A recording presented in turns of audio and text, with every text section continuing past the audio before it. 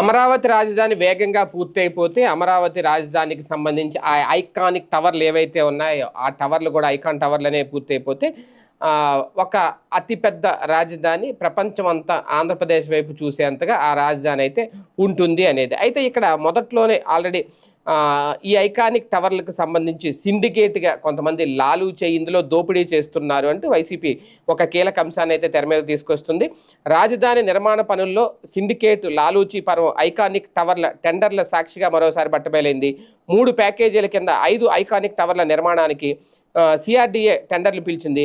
ఆ tender notification జారీ చేయకముందే 2018లో ఆ పనులు దక్కించుకున్న కాంట్రాక్ట్ సంస్థలకే ఇప్పుడు కట్టబెట్టేలాగా ముఖ్య నేత పథకం పన్నారట. తద్వారా పాత సంస్థలకే 3 ప్యాకేజీలను అంటే అధిక ధరకు కట్టబెడుతూ ఆమోద ముద్ర కూడా వేశారట. దీనివల్ల ప్రభుత్వ ఖజానాపై 159 కోట్ల భారం పడబోతోంది.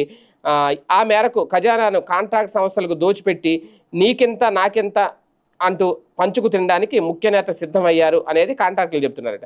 రాజధాని అమరావతిలో ప్రభుత్వ భవనాల సముదాయంలో సచివాలయం, విభాగాధిపతుల కార్యాలయాల కోసం డయాగ్రిడ్ విధానంలో 5 ఐకానిక్ టవర్లు నిర్మించేలాగా Foster and Partners, Genesis Planners Design and Tree Service Consultant సంస్థలు 2018లో డిజైన్లు రూపొందించాయి. ఆ పనులకు టెండర్లు పిలిచి 2018 ఏప్రిల్లోనే కాంట్రాక్ట్ సంస్థలకు ప్రభుత్వం అప్పగించింది. పునాదులు అప్పట్లోనే పూర్తయ్యాయి. ఇప్పుడు మిగిలిన పనులకు సిఆర్డీఏ టెండర్లు పిలిచింది. ఇప్పుడు ఈ నేపథ్యంలోనే సచివాలయం 1, 2 ఐకానిక్ టవర్లు, అలాగే B+G+39 అంతస్తులతో నిర్మించనున్నారు. ఈ పనులకు దాదాపు 1423.07 కోట్లను కాంట్రాక్ట్ విలువగా నిర్ణయించి సిఆర్డీఏ టెండర్లు పిలిచింది.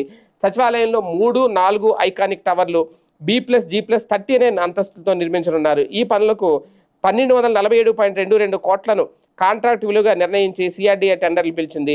సీఎం కార్యాలయం, అలాగే విభాగాధిపతుల కార్యాలయాల కోసం సచివాలయంలో జిఏడి ఐకానిక్ టవర్ను అది కూడా B+G+49 అంతస్తులతో నిర్మించబోతున్నారట. ఈ పనులకు 844.22 కోట్ల కాంట్రాక్ట్గా విలువగా నిర్ణయించి టెండర్లు పిలిచారు. ఓవరాల్గా చూసుకుంటే ఇక్కడ ముందుగానే అంటే ఇంతకు ముందు ఎవరికైతే ఇచ్చారో టెండర్లు వాళ్ళకే మళ్ళీ కట్టబెట్టి ఒక లాలూ చెయ్యి వాళ్ళతో ఇందులో కోట్ల మింగేస్తున్నారు. ఐకానిక్ టవర్ల పేరుతో కోట్ల రూపాయల దోపిడీ జరుగుతుంది అనేది వైసీపీ ప్రధాన ఆరోపణ.